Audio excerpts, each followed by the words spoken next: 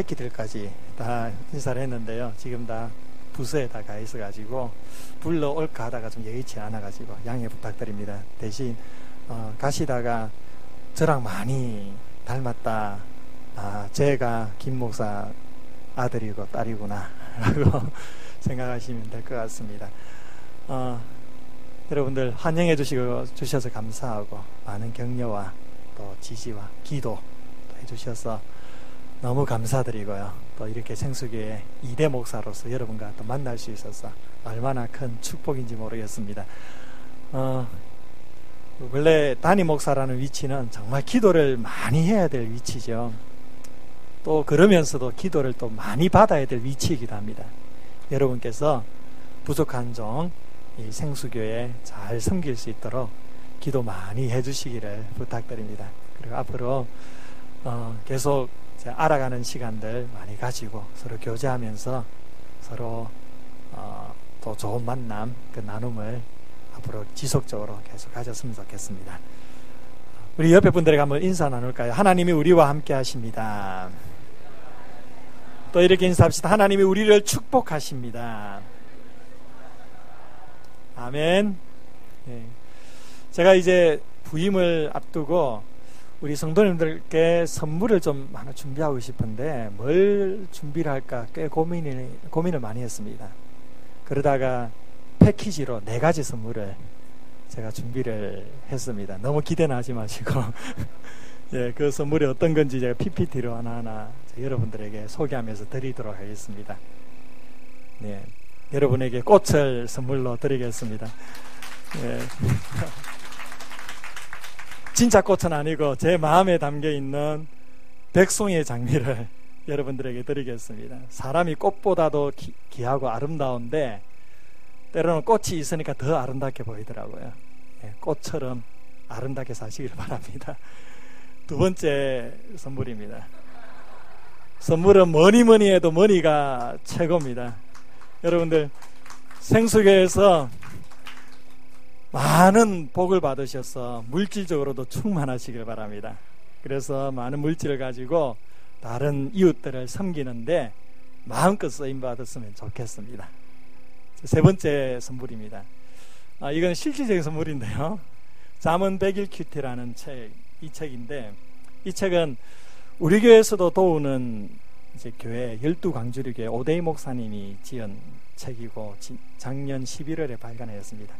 제가 존경하는 선배 목사님 2분이 계신데 한 분은 이성은 목사님이십니다.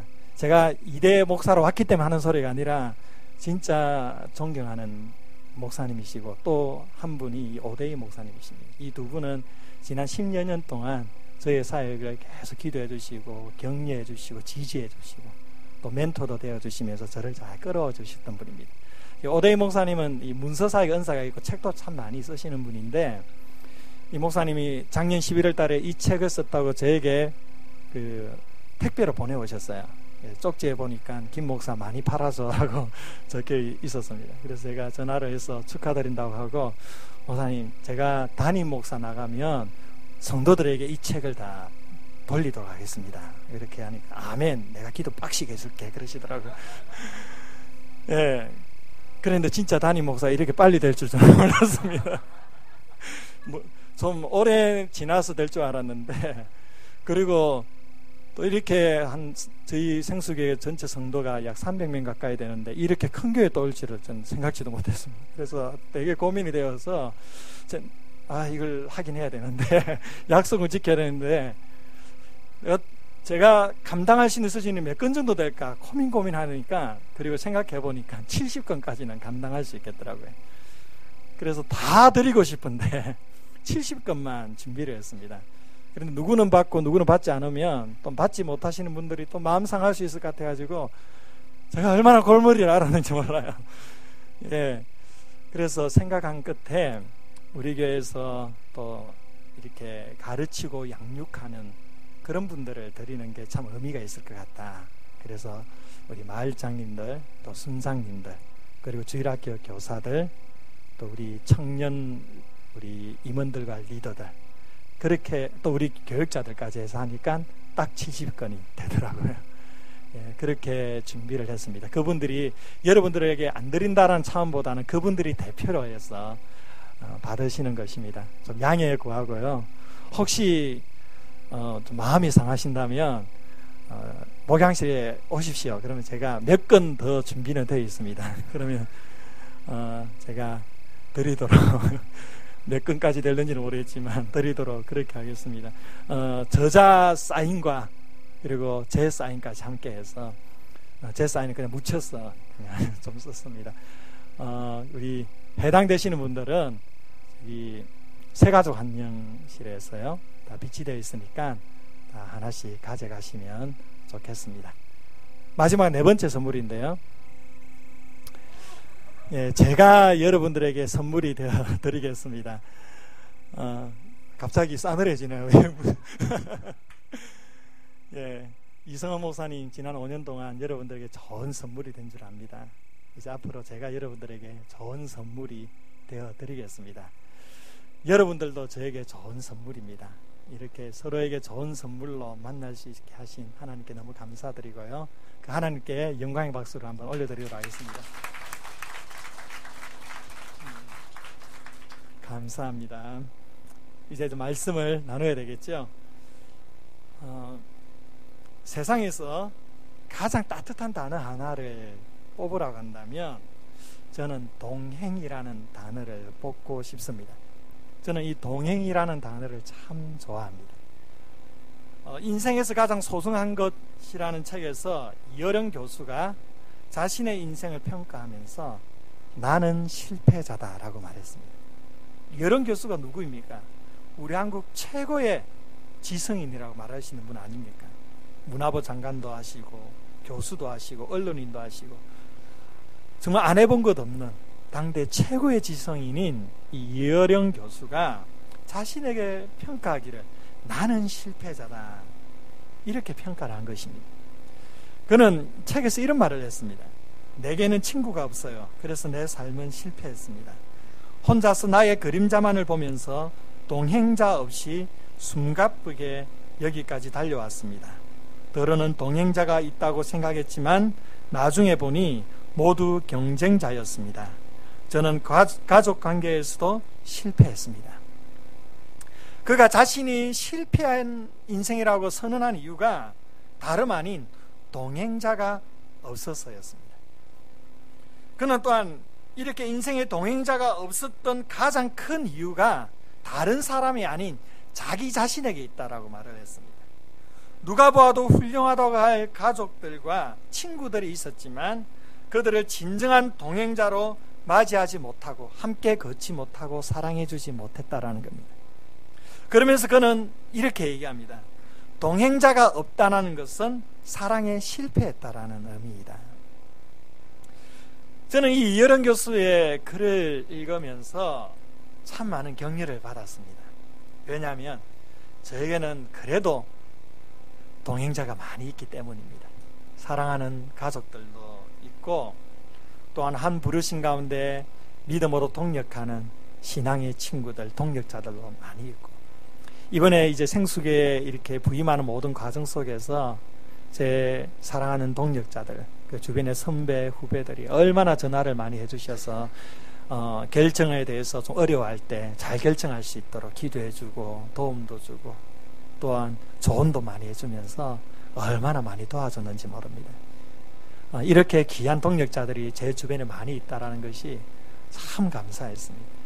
또한 이렇게 좋은 성도들도 함께 동행할 수 있다는 것, 이런 것들을 보면 저의 인생 누구나 다 알아주는 그런 대단한 인생은 아니지만 그래도 이어령 교수의 글을 생각해 볼 때에 나름 성공한 인생이 아닐까 그렇게 평가를 해보고 싶습니다. 여러분의 삶은 어떠하십니까? 여러분의 인생에는 진정한 동행자가 있습니까? 함께 걸어가는 따스한 동행자들이 여러분 옆에 함께하고 있다면 여러분의 인생은 누가 뭐라고 해도 성공한 인생으로 생각하십시오. 오늘 이 동행에 대해서 여러분들과 함께 말씀을 나누고 싶습니다. 동행 중에 가장 최고의 동행이 있다면 그것은 바로 하나님과의 동행이라 할 수가 있습니다. 사람과 사람 사이의 동행도 아름답고 귀한 것이지만 가장 아름답고 귀한 동행은 바로 하나님과의 동행입니다. 오늘 본문에서 하나님과 아름다운 동행을 한 사람을 우리에게 소개해 줍니다. 그 사람은 바로 우리가 잘 알고 있듯이 에녹입니다. 구약에서 에녹이라는 이름을 가진 사람은 4사람입니다. 가인의 아들 에녹이 있고요, 그리고 오늘 본문에 나온 야레스의 아들 에녹이 있습니다. 또 르우벤의 장자 이름이 하녹입니다. 또 미디안의 장자 이름이 하녹인데, 하녹 또한 원어적으로 에녹과 똑같은 뜻을 지닌 단어입니다. 그러니까 에녹은 4사람입니다. 그런데 이 4명 중에 본문에 나오는 이 에녹 외에는 별로 관심을 기울일 만한 인물들은 없습니다. 에녹이라는 뜻은 훈련하다, 가르치다, 감화시키다 이런 뜻을 지니고 있습니다. 그는 신실한 믿음의 사람으로 하나님과 동행하는 삶을 살았습니다. 어쩌면 이 이름의 의미처럼 에녹은 사람들에게 하나님의 뜻을 가르치고 생활 속에서 그 가르침을 실천하며 살아가는 가운데 사람들에게 깊은 감명을 주었을 것입니다. 그의 족보를 한번 살펴보면요, 창세기 4장과 5장에서는 아담의 자손의 족보가 나옵니다. 4장 17절에서 26절에는 가인의 족보가 나오고요, 그리고 5장 1절부터는 셋의 족보가 등장을 합니다. 가인이나 셋 모두 아담의 자녀입니다. 그런데 그들의 자손은 정다른 방향으로 그려지고 있습니다. 가인의 족보는 하나님을 거부하는 불경건한 자손의 족보이고, 셋의 족보는 하나님을 경외하는 경건한 자손의 족보라 할 수가 있습니다. 이 족보를 살펴보면 에녹은 아담의 7대 손입니다. 성경의 계보를 보면요, 7번째 인물을 특별히 잘 취급하는 경향이 있습니다. 재미난 것은 창세기 4장 19절에 나오는 가인의 계보 중에 라멕이라는 사람이 있습니다. 이 사람은 가인의 자손 중에서도 가장 타락의 극치를 달리는 그런 사람입니다. 그는 성경에서 최초로 하나님의 질서인 일부일처를 깨고 일부 다쳐 2 여인을 아내로 삼았던 사람입니다. 그리고 또한 사람들을 많이 죽였습니다. 그것을 자랑스럽게 생각하면서 자기는 가인보다 벌을 7배나 받을 것이다. 이거는 참회의 고백이 아니라 자기의 이 완악함을, 자기의 강포함을 과시하는 것입니다. 이런 사람이 라멕인데, 이 라멕 또한 아담의 7대 손입니다. 가인의 계보 중에 7대 손이죠. 같은 아담의 7대 손이지만 그들의 삶은 큰 차이를 이루고 있죠. 이처럼 창세기 저자는 불경건한 자손과 경건한 자손을 극명하게 대조를 하면서 우리에게 교훈해주고 있습니다. 우리의 자손은, 우리의 족보는 어떠한 족보로 그려지기를 원하느냐, 이것을 우리에게 도전해주는 내용이라는 것입니다. 저는 이 자리에 앉아 계신 성도 여러분의 가문에 앞으로 그려질 족보가 자손되도록 주님만을 온전히 섬기는 경건한 자손, 그 신앙의 명문 가문을 이루는 귀한 족보로 이어질 수 있기를 축복합니다. 오늘 본문에서 에녹에 대해서 성경은 특별한 내용을 기록하고 있습니다. 24절 말씀을 보겠습니다. 우리 함께 읽어볼까요? 시작.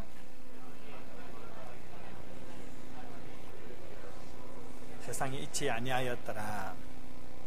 이 말씀에서 에녹에 대해 2가지의 특징을 소개해 줍니다. 먼저 볼 것은 하나님이 그를 데려가심으로입니다. 하나님이 그를 데려가셨다.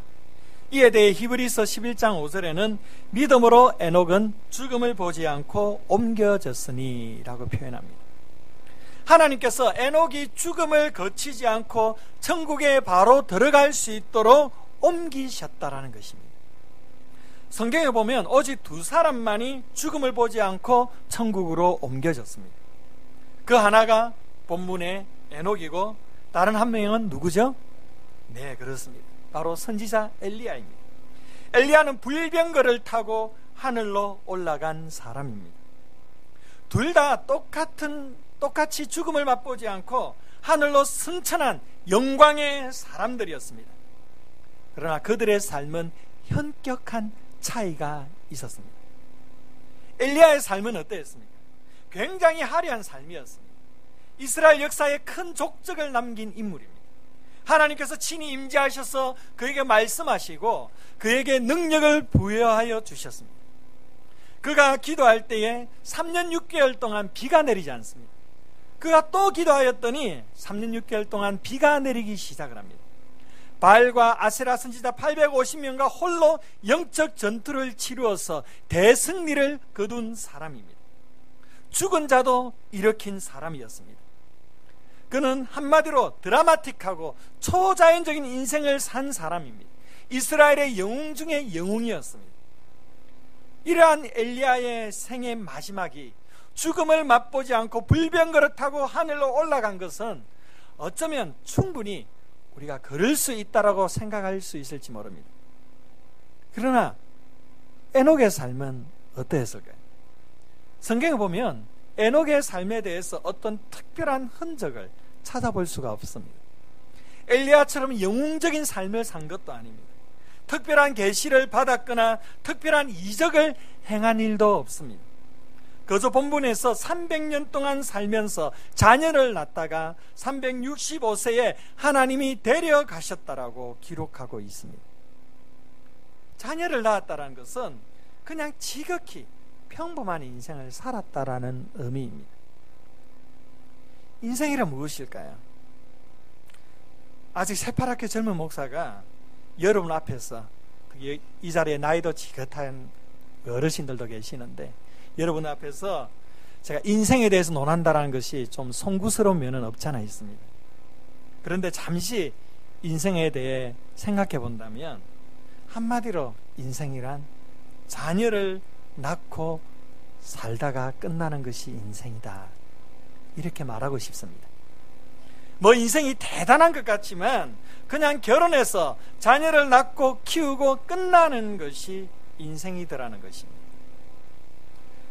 사실 누구나 다 엘리야와 같은 이 화려한 삶을 꿈을 꿉니다. 저는 오랫동안 청년들을 섬기며 청년들과 함께 해왔습니다. 청년들이 기성세대들과 다른 것 중에 하나가 바로 미래에 대한 꿈을 가지고 있다는 것입니다. 저마다 성공적인 인생에 대해 꿈을 가지고 있습니다. 그 꿈을 향해 열심히 달려갑니다. 그리고 그 꿈을 성취했을 때는 그들은 성공했다라고 생각하고 그 꿈을 이루지 못하고 포기했을 때에는 자신을 실패한 인생으로 생각하고 좌절해 버립니다. 그러나 이 꿈을 이룬 사람도 꿈을 이루지 못한 사람도 사실 결혼을 하게 되면 똑같은 고민을 안고 살아가게 됩니다. 그 고민이 뭔지 아십니까? 바로 자녀 문제입니다. 자녀를 낳지 못해서 고민하기도 하고 자녀를 낳아도 고민되는 것이 자녀입니다. 여러분들 잘 아시지만 결혼을 하고 자녀를 낳게 되면 모든 초점이 자녀에게 맞춰지게 됩니다. 자녀를 낳고 키우다 보면 우리의 좋은 인생은 다 지나가 버리죠. 이 부분에 있어서 여자들은 더 피부에 와닿는 것 같습니다. 여자분들은 자녀를 낳고 키우면서 심지어 자기 이름조차 잊혀지게 됩니다. 그냥 누구 엄마라고 불려지게 되죠. 그래서 저는요, 한 가지 오래전부터 다짐한 게 있습니다. 앞으로 평생을 살아가는 동안 적어도 우리 아내에게 이름만은 잊혀지지 않게 해주리라. 그래서 저는 지금까지 앞으로도 그러겠지만 항상 아내의 이름을 불러줍니다. 많은 사람들 앞에 있을 때는 영주 씨라고 부르고 단둘이나 가족끼리만 있을 때는 영주야라고 부릅니다. 예. 이름은 그 사람의 정체성이죠. 다른 거는 내가 남편으로서 좀 잘 못하지만 이름만은 잊혀지지 않게 해주겠다, 그렇게 지내고 있습니다. 우리 남자 성도님들, 우리 사랑하는 아내분들의 이름을 잊지 않게 해주십시오.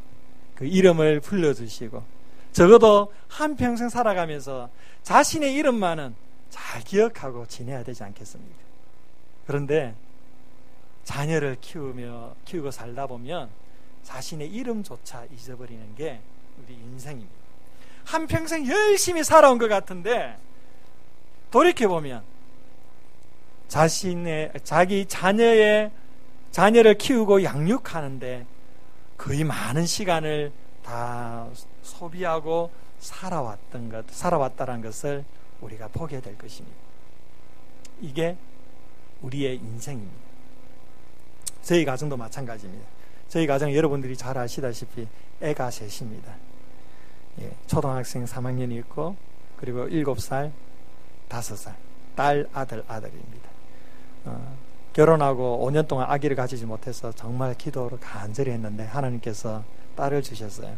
그러고 난 다음에 바로바로 순풍순풍 나오는 게 난산의 고통에서 다산의 축복을 하나님께서 변화시켜 주셨어요. 그런데 참 자녀 키우는 게 쉽지 않잖아요. 저는 사실 자녀 교육에 대해서 할 말이 없어요. 별로 신경을 많이 못 쓴 것 같아요. 늘 사역 현장에 있다 보니까. 그런데 제 아내를 보니까 정말 제 아내의 30대는 자녀를 아이를 낳고 키우면서 다 보냈던 것 같아요. 이제 40이 되고 앞으로 50, 60 계속 가게 될 텐데 계속 이 자녀들에게 매여서 갈 가능성이 사실 많이 있습니다. 이것은 저희뿐만 아니라 여러분도 지금 그렇게 살아가고 있고 또한 그렇게 살아오셨을 것입니다. 사실 인생 별거 없는 것 같아요. 누구나 다 자식 낳고 키우고 살다가 가는 것이 인생이더라는 겁니다. 이처럼 우리는 평범한 삶의 일상 가운데서 반복하면서 이 일상을 살아가고 있습니다. 이러한 점에서 볼 때 누구나 다 화려하고 멋진 엘리야와 같은 인생을 살기를 원하지만 실제 우리가 살아가는 그 인생은 자녀를 낳고 키우는 지극히 평범한 인생입니다. 담임 목사가 부임을 해서 좀 뭔가 비전을 던져주고 뭔가 좀 역동적인 메시지를 전해야 되는데 왜 이렇게 인생 무상과 같은 그런 말씀을 전하는지 모르겠습니다. 좀 당황하시리라 보는데요. 그러나 실제 인생이 그러합니다. 그런데 오늘 본문에 이렇게 평범한 인생을 사는 듯한 에녹이 엘리야처럼 영광스러운 하늘에 성천하는 그러한 복된 인생으로 마무리하게 되었습니다. 평범한 인생이 이렇게 비범한 인생, 영광스러운 인생으로 바뀌어졌습니다. 그 비결을 성경에서 뭐라고 말씀합니까? 바로 그가 하나님과 동행하는 삶을 살았기 때문입니다. 5장 족보 전체를 한번 살펴보면 5장 4절 5절에 보면요, 아담은 셋을 낳은 후 800년을 지내며 자녀들을 낳았으며 그는 930세를 살고 죽었더라. 모든 기록이 이와 같은 방식으로 기록되어집니다. 셋에 대해서도 에노스에 대해서도 마찬가지입니다. 다른 이들에 대해서도 이런 식으로 이 사람들의 족보를 기록하고 있습니다. 몇 년 동안 자녀를 낳았으며 몇 살까지 살다가 죽었다라고 그렇게 설명하고 끝납니다. 그런데 에녹에 대해서는 독특하게 추가되는 내용이 있습니다. 22절 말씀을 보면 머두셀라를 낳은 후 300년을 하나님과 동행하며 자녀들을 낳았으며, 에녹 또한 다른 사람들과 똑같이 자녀를 낳았는데 다른 게 있습니다. 그는 그냥 자녀를 낳은 것이 아니라 하나님과 동행하면서 자녀를 낳았다라고 우리에게 소개해 줍니다. 아담의 족보 중에 에녹에게서만 하나님과 동행했다라는 표현을 쓴 것은 다른 인물들은 동행하지 않았다는 것을 의미하는 것은 아닙니다. 다른 인물들도 하나님을 경외하는 사람들로서 하나님과 동행하는 삶을 분명히 살았습니다. 그럼에도 불구하고 에녹에게서만 이 표현을 쓴 것은 에녹이 다른 어떤 인물보다 이 부분에 있어서 더 특출난 점이 있었다는 것을 의미합니다. 수많은 사람들이 자녀를 낳고 가정을 돌보며 살다가 평범하게 죽었지만 에녹만은 그 똑같은 일상 속에서 무엇보다도 먼저 하나님과 동행하는 삶을 살았다라는 것입니다. 그 동행하는 삶을 300년 동안 이어갔습니다. 이러한 면에서 에녹은 위대한 사람입니다. 이 부분에서 우리가 한번 에녹의 삶과 우리의 삶을 비교해 볼 수 있기를 원합니다. 우리 또한 에녹과 같이 자녀를 낳고 키우며 살아가는 평범한 인생들입니다. 이것은 어쩌면 에녹과 같은 삶입니다. 그러나 이러한 평범한 일상 속에서도 우리가 에녹처럼 얼마나 하나님과 동행하며 살아가고 있는지 한번 우리 자신의 삶을 돌아봐야 한다는 것입니다. 너무도 일상의 분주함 속에서 자녀를 키운다라는 그러한 명분 속에서 하나님과의 그 동행을 잃어버리고 살아가고 있지 않는지 한번 돌아보시길 바랍니다. 건강한 신앙이 무엇입니까? 그것은 어쩌면 지루할 것 같은 모든 평범한 일상의 중심에 하나님과 동행하는 삶을 최우선에 두고 그렇게 살아가는 삶, 이것이 건강한 신앙인 것입니다. 이 삶이 바로 평범한 우리의 삶을 위대한 삶으로 바꿀 수 있는 원천임을 기억할 수 있기를 바랍니다. 그렇다면 동행이란 무엇일까요? 영어 성경에 동행하다를 walking with God, 하나님과 함께 걷는 것으로 표현을 했습니다. 동행은 함께 걷는 것을 말합니다. 그러나 무조건 함께 걷는다고 해서 다 동행이 되는 것은 아닙니다. 우리는 함께 걷는다라는 그 깊은 의미를 잘 알아야만 합니다. 이 동행은 히브리어로 할라크라는 동사입니다.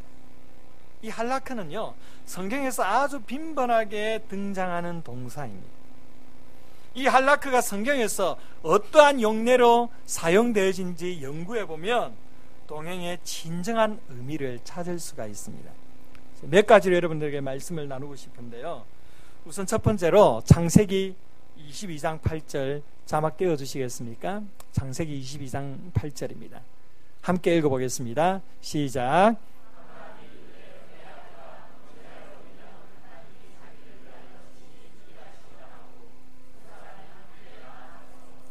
여기서 두 사람이 함께 나아가서가 할라크라는 동사입니다.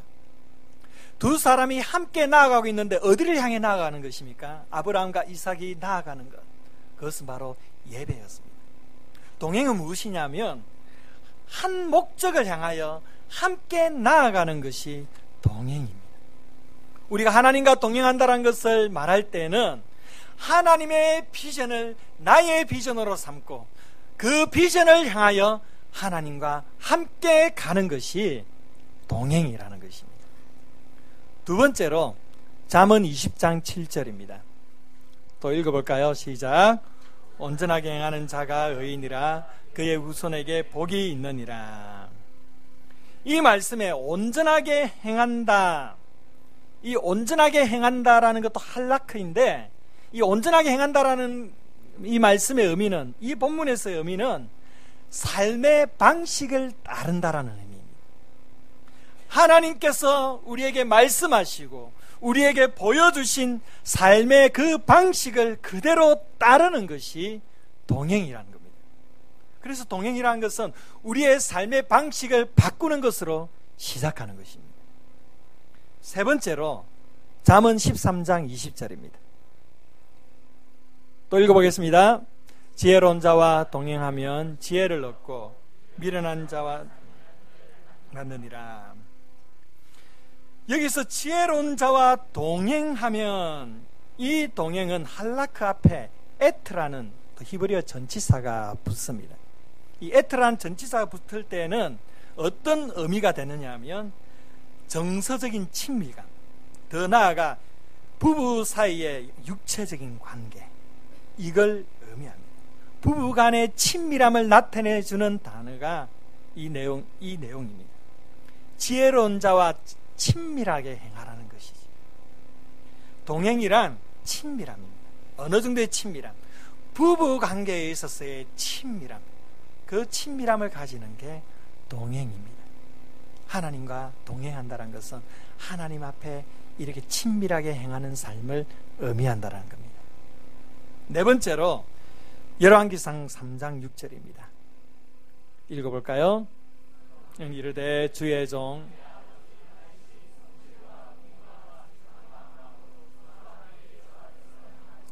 주께서 저에게 큰 은혜를 베푸셨고 주께서 또 저를 위하여 이 큰 은혜를 예비하시고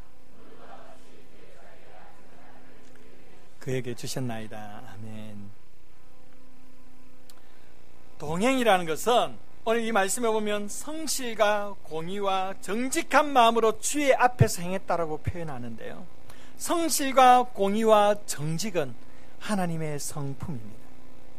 동행한다는 것은 그 하나님의 성품을 닮아가고 그 하나님의 성품을 따르며 살아가는 삶을 말하는 것입니다. 정리를 하면 동행, 함께 걸어간다는 것은 바로 이러한 의미입니다. 하나님께서 보여주신 꿈과 비전을 향하여 하나님과 함께 나아가는 것입니다. 하나님께서 말씀을 통하여 보여주신 삶의 방식을 따르는 것입니다. 하나님과 친밀한 삶을 사는 것입니다. 그리고 정직과 공의와 성실한 그 하나님의 성품을 담고 그 성품을 따라 살아가는 삶을 말합니다. 이것이 동행입니다. 에녹은 하나님과 이러한 동행의 삶을 살았다라는 것입니다. 하나님과 동행하는 삶을 피상적으로 생각하지 마시길 바랍니다. 그냥 조금 말씀 좀 보고 기도하고 조금 신앙적인 열심을 가진다고 해서, 물론 그것도 하나님과 동행하는 한 삶의 부분이지만 그것이 마치 동행의 전부인 것처럼 그렇게 피상적으로 생각하지 마십시오. 하나님과 동행한다는 것은 바로 전인격적으로 하나님께 온전히 반응하는 것을 의미하는 것입니다. 그러면 어떤 사람이 이렇게 하나님과 동행하는 삶을 살 수 있을까요?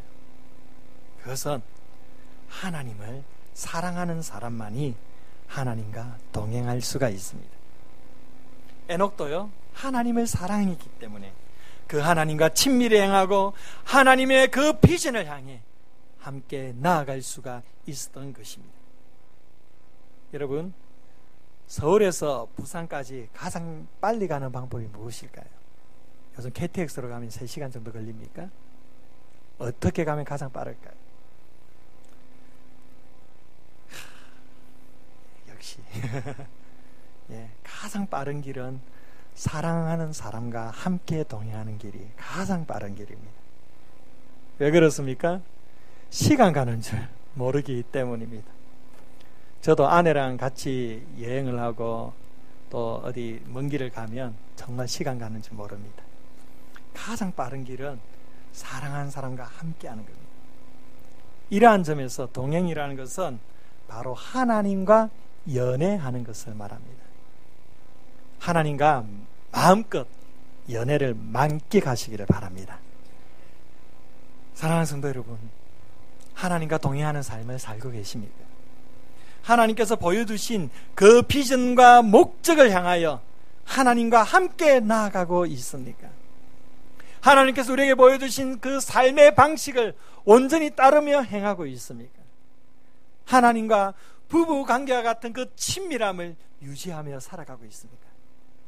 하나님의 정직과 성실과 공의, 그 하나님의 성품을 닮아가고 그 성품을 따르며 살아가고 있습니까? 우리의 인생이 지극히 평범하고 지극히 상식선에 그냥 머물러 있는 이유는 바로 하나님과의 이러한 동행하는 삶이 무너졌기 때문입니다. 우리 안에 이 하나님과의 동행이 온전히 회복되어질 수 있기를 바랍니다.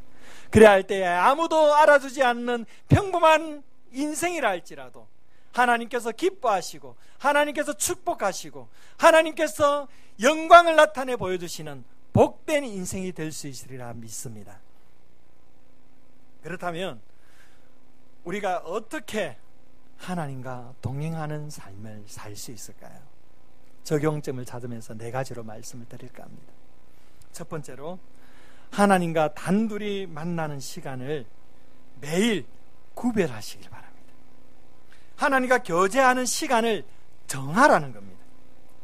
마가복음 1장 35절 말씀에 보면 예수님께서 새벽 아직도 밝기 전에 한적한 곳에 나와 하나님과 교제를 했습니다. 예수님께서 새벽에 하나님과 교제했던 이유가 있습니다. 새벽에 교제했던 이유가 있습니다. 우선적으로 하루의 삶이 너무도 바쁘셨기 때문입니다. 너무 바쁘셨기 때문에 이 새벽이 아니면 하나님과 교제하는 시간이 쉽지가 않은 겁니다. 물론 예수님이 하나님이시기 때문에 우리 인간의 개념과 전혀 다른 분이시죠. 그럼에도 불구하고 예수님께서는 그 새벽 시간을 정해서 하나님과 교제를 했습니다. 또한 이 새벽 시간을 잡으셨던 것은 예수님은 바쁘고 분주한 그 일상 가운데서도 삶의 최우선순위를 하나님과 교제하는 것에 온전히 두었다는 것입니다. 하나님이신 예수님께서 이렇게 교제를 했다고 한다면 우리는 얼마나 하나님과 교제하는 삶을 더 많이 해야 될까요? 우리도요, 하나님과 동행하는 삶을 살기 위해서는 시간을 정해야만 합니다. 시간이란 좀 재미난 특징이 있습니다. 그것이 무엇이냐면 시간은 내가 정하지 않으면 그 시간은 절대 나의 시간이 될 수가 없습니다. 다른 사람에게 끌려가는 시간이고 다른 사람이 침범하는 시간이 됩니다. 시간은 내가 정할 때에 그 시간이 나의 시간이 되는 것입니다. 그래서 우리는 시간을 항상 정할 수 있어야 됩니다. 무엇을 하든지 시간을 규모 있게 정하는 태도가 필요하다는 겁니다. 특별히 우리가 하나님 앞에서 규모 있는 삶을 살기 위해서는 하나님과 교제하는 시간을 반드시 정해 놓아야 된다는 거예요. 그리고 그 시간에는 무슨 일이 있어도 하나님과 교제하는 시간을 가져야만 합니다. 아무도 방해하지 않는 하나님과 나만이 함께 보낼 수 있는 시간과 장소를 확보하시길 바랍니다. 가능한 아침 시간이 좋습니다. 새벽 기도도 괜찮아요. 새벽 기도가 어려우면 평소보다 조금 더 일찍 일어나셔서 단 10분이나 20분이라 할지라도 그 시간을 하나님께 온전히 드리시기를 바랍니다. 두 번째로 매일 성경을 읽고 묵상하며 또한 기도해야 합니다. 하나님과 동행한다는 것은 하나님과 대화한다라는 의미도 담겨져 있습니다. 대화가 없는 동행은 그 자체가 아주 고문입니다. 고역입니다. 동행에는요 반드시 대화가 있어야만 합니다. 대화라는 것은 한 사람이 일방적으로 말하는 것이 아니라 쌍방간의 커뮤니케이션이죠. 우리가 하나님과 동행한다고 할 때 그것은 바로 하나님과의 대화를 즐기는 것을 의미합니다. 하나님과 이야기하는 즐거움을 만끽하는 것입니다. 그럼 하나님과 어떻게 대화할 수 있을까요? 하나님은 성경 66권의 말씀을 통하여 우리에게 말씀해 주십니다. 성경 66권을 쫙 지어 짜내보면 단 한 문장이 나옵니다. 그 한 문장은 바로 내가 너를 사랑해, 내가 너를 얼마나 사랑하는지 아니, 이것입니다.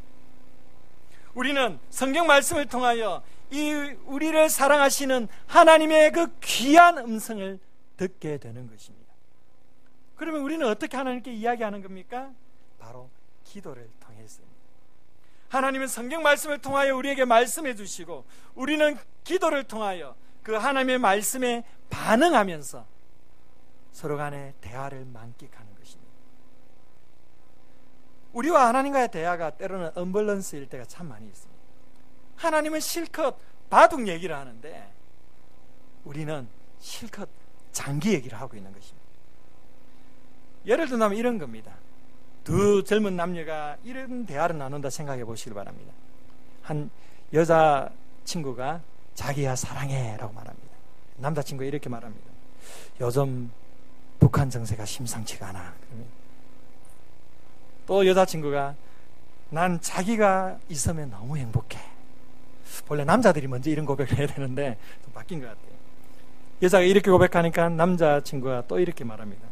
혹시 북한이 전쟁이 일으키면 어떻게 하지? 여자친구 말합니다. 우리 언제 결혼할까?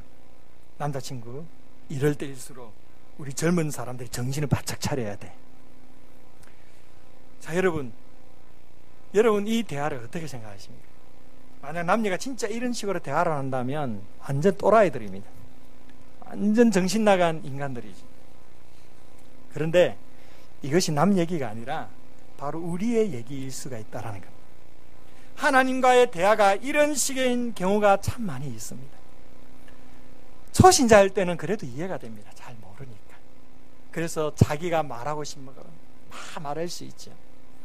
그런데 신앙의 연륜이 쌓이고 쌓임에도 불구하고 여전히 내가 하고 싶은 말만 그렇게 하고 있다고 한다면 우리의 신앙을 심각하게 돌아볼 수 있어야 합니다. 그러므로 하나님과 동행하기를 원하는 사람은요, 먼저 하나님의 말씀을 통하여 하나님의 음성을 들어야 합니다. 그리고 이 말씀을 붙들고 하나님께 기도해야만 하는 것입니다. 이러할 때에 하나님과의 아름다운 대화가 이루어지는 것입니다. 여러분, 열심히 말씀을 묵상하시고 읽으시기를 바랍니다. 그리고 열심히 말씀 연구도 하시기를 바랍니다. 그래야 우리를 향해 말씀하시는 그 하나님의 사랑의 음성을 듣기를 바랍니다. 뿐만 아니라 그 말씀 붙들고 열심히 하나님 앞에 나아가 기도하시기를 바랍니다. 올 한 해 이 말씀과 기도의 두 날개를 통하여 하나님과 교제하면서 즐거이 동행하는 삶이 회복되어지기를 축복합니다. 세 번째로, 하나님이 기뻐하시는 일을 행동으로 옮겨야 합니다. 우리가 하나님의 말씀을 듣고 그분의 뜻을 깨달았다면 어떻게 해야 되죠? 그 말씀대로 순종해야 하는 것입니다. 그것을 하나님께서 기뻐하십니다. 그렇게 순종하며 나아갈 때에 하나님의 비전이 나의 비전으로, 하나님이 우리에게 보여주신 그 삶의 방식이 나의 방식으로 하나님의 친밀함과 하나님의 그 성품을 닮아가게 되는 것입니다. 마지막 네 번째로, 믿음의 사람들과 함께 동행하는 삶을 살아야 합니다. 하나님과 동행하는 사람들은요, 또한 믿음의 사람들과 동행하는 것을 기뻐하는 사람들입니다. 만약에 다른 믿음의 지체들과 동행하기를 주저하는 사람들은 자기가 하나님과 동행하는 것에 대해서도 뭔가 문제가 있음을 분명히 알아야만 합니다. 하나님과 동행하는 사람은 믿음의 사람과 동행하기도 기뻐하게 됩니다. 전도서 4장 9절에서 10절에 이런 말씀이 있습니다. 두 사람이 한 사람보다 나음은 그들이 수고함으로 좋은 상을 얻을 것임이니라. 혹시 그들이 넘어지면 하나가 그 동물을 붙들어 일으키려니와 홀로 있어 넘어지고 붙들어 일으킬 자가 없는 자에게는 화가 있으리라. 우리는 신앙생활 하다 보면 낙심하여 넘어질 수가 있습니다. 그런데 만약 나 혼자 있다고 하면 일어설 수가 없어요. 우리는 우리를 일으켜 세워줄 동행자가 필요합니다. 또한 우리가 누군가를 일으켜 세워줘야 될 동행자가 되어야 합니다. 이것이 바로 신앙 공동체입니다. 소그룹이 필요한 이유가 바로 여기에 있습니다. 우리 생수교의 모든 성도들은 서로를 위로하고 축복하는 믿음의 동행자가 되어야 합니다. 함께 걸어야 합니다. 넘어지면 서로 일으켜 주어야 합니다. 잘 되는 것이 있으면 함께 웃어줘야 되고, 어려운 일을 당하면 함께 울어줘야 합니다. 서로 위로하고 격려하고 축복하는 따스한 동행자가 되어야 합니다. 이런 공동체를 하나님께서 기뻐하십니다. 우리 모두 서로를 위한 아름다운 믿음의 공동체가 되기를 바랍니다. 우리 옆에 분에게 이렇게 인사할까요? 제가 당신의 동행자가 되어드리겠습니다. 혹시 낯선 이성분에게는 조금 조심해서 고백하시길 바랍니다. 저도 이제 생수교회 2대 담임 목사로서 여러분의 따스한 동행자가 되겠습니다. 잠시 제 개인 얘기를 말씀드리면, 처음에 이 목사님으로부터 요청을 받았던 날이 12월 31일 송구영신 예배를 몇 시간 안 남겨두고 하필 그 시간에 저를 부르셨어요. 저를 부르셔서 목양실에서 이런저런 처음에는 가벼운 대화를 나누면서 참 즐겁게 대화를 나누다가 갑자기 분위기가 어두워지더니 김 목사 생수계 좀 맡아서라고 청천벽력과 같은 말씀을 하시더라고요. 저는 여러분들도 마찬가지였겠지만 저도 엄청난 큰 충격을 받았고요. 또 충격도 충격이지만 이 목사님의 후임으로 생수기의 강단에 선다는 것은 저에게 너무도 그 당시만 해도 당치도 않은 일이었고 생각지도 못하는 일이고 결코 제가 서서는 안 될 자리인 줄 그렇게 생각했습니다. 그게 맞았었습니다, 사실은. 그래서 장시간 대화를 하면서 결론을 못 내리고 목사님 그러면 제가 좀 기도하겠습니다. 좀 기도해서 결정하겠습니다. 근데 이 목사님은 빨리 결단하기를 바라시더라고요. 갑자기 말씀을 해놓고 빨리 결단하는 것은 너무 잔인한 일 아니겠습니까? 이 목사님이 가끔 그렇게 잔인한 분이 있어요. 예, 그래서 3일 동안 계속 정말 잠 못 이루고 고민하고 또 고민하고 기도했습니다. 답이 안 나오더라고요. 그런데 이상하게 하나님께서는 계속 이쪽 방향으로 끌어가시는 것 같더라고요. 그래서 처음에 제가 결단했을 때는 정말 마지 못해서 마음의 결단을 하고 1월 2일날 다시 여기 와서 제가 그렇게 하겠다라고 말씀을 드렸어요. 근데 중요한 건 목사님의 결정이 아니라 성도들의 결정입니다. 성도들이 결정하는 대로 따르겠습니다. 그렇게 말씀드리고 나면 좀 마음이 편해야 되는데 더 힘든 겁니다. 그 부담감이 짓눌려가지고 정말 맨날 며칠을 뜬 눈으로 그렇게 시간을 보냈습니다. 그런 가운데서 하나님께서 놀랍게 2가지의 징표를 제게 보여주시더라고요. 잘 결단할 수 있도록. 첫 번째가 뭐냐 하면 보통 송구영신 예배 되면 말씀 카드 뽑지 않습니까? 그죠? 저는 별로 그걸 좋아하진 않아요. 좀 약간 미신적인 것 같고 그리고 성경 한 절만 뽑는 게 뭐가 중요해요? 성경 전체가 우리의 말씀이지 이 한 절만 우리의 말씀이 되었어야 되겠는가? 그래서 그렇게 좋아하진 않는데 교회에서 하니까 저도 뽑고 우리 가족들 다 뽑았는데요. 며칠 지나가지고 제 아내가 그 중에 우리 막내가 뽑은 카드를 제게 가져왔어요. 그 카드의 말씀이 어떤 말씀이냐면 요한복음 7장 37절에서 38절 누구든지 목마르거든 내게로 와서 마시라. 나를 믿는 자는 성경에 이른 것 같이 그 배에서 생수의 강이 흘러나리라. 그 카드를 보면서 소름이 끼쳤어요. 이게 뭐지? 나는 이런 말씀 하나 뽑고 이렇게 하는 거 별로 안 좋아하는데 이건 뭘까? 마음에 사실 좀 충격으로 와닿았었어요. 그리고 난 다음에 이제 1월 5일 날 그날 그 카드를 본 날은 1월 4일이었고요. 1월 5일에 이제 그 교육자 MT를 가게 됐습니다. 원래 청주로 가는 여정인데 가다가 저희 담임 목사님께서 갑자기 박달재로 가자는 거예요. 박달재로 한번 가보고 싶다고, 그렇게 멀지 않은 것 같다고.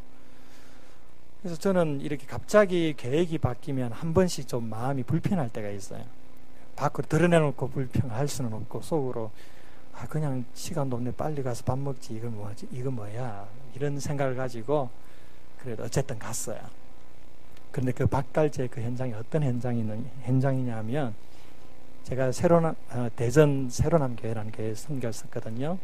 그 대전 그 교회에서 2011년도에 수련회를 이성원 목사님을 강사로 모셔서 수련을 했거든요. 바로 박달재가 그 장소였습니다. 그리고 그 장소에서 그 박달재 휴게소 가보신 분들은 아시겠지만 그 휴게소에서 같이 목사님과 단둘이서 밥도 같이 맛있게 먹고 또 쉬는 시간에 같이 여러 많은 얘기도 나누고 교제하면서 참 즐겁게 보냈던 사진으로도 많이 남아있는데 그 장소였습니다. 그 장소를 하나님께서 나를 그렇게 갑자기 하나님께서 담임 목사님을 방향을 트셔서 그 장소로 오게 하신 거예요. 그 장소에서 제가 펑펑 울었어요. 하나님께서 이렇게 섬세하게 제가 주저하니까 결단할 수 있도록 이렇게 하나님께서 역사하시는구나. 그때 제가 하나님 순종함이 가겠습니다. 그런 순간에 제 마음에 이제 자유함이 생겨지는 겁니다. 그리고 하나님께서 나를 이곳에 보내시기로 작정하셨다면 분명히 하나님께서 나를 통해 이루시고자 하는 분명한 뜻이 있을 것이다. 그래서 믿음으로 이 자리까지 오게 되었습니다. 저는 이제 생수교회의 2대 담임 목사입니다. 2막을 시작할 그런 목사입니다. 우리 이성원 목사님 개척해서 초창기부터 기도하며 지금까지 꿈을 꾸시며 이루어왔던 그 비전은 이제 저의 비전입니다. 이 비전이 생수교회를 향한 하나님의 비전이기 때문입니다. 에스겔서 47장 9절 이 강물이 이르는 곳마다 번성하는 모든 생물이 살고 또 고기가 심히 많으리니 이 물이 흘러 들어가므로 바닷물이 되살아나겠고 이 강이 이르는 각처의 모든 것이 살 것이며 하나님께서 생수교회에 부어주신 에스겔서 47장 9절 만남이 있는 교회, 성숙이 있는 교회, 섬김이 있는 교회 이 비전은 이성호 목사님의 비전이었고 또한 생수교회의 비전이기도 하지만 이제 저의 비전이기도 합니다. 이제 이 비전에 저의 모든 것을 걸겠습니다. 기쁨으로 감당하고 여러분들의 좋은 동행자가 되도록 하겠습니다. 우리 생수교회 성도님들 모두 저와 함께 하나님께서 허락하신 이 비전을 품고 아름다운 동행의 삶을 살아갈 수 있기를 원합니다. 그리하여 복된 만남 속에 성장하고 또한 섬김이 있는 아름다운 공동체 함께 만들어갈 수 있기를 주의 이름으로 축복합니다. 함께 기도할까요? 우리 함께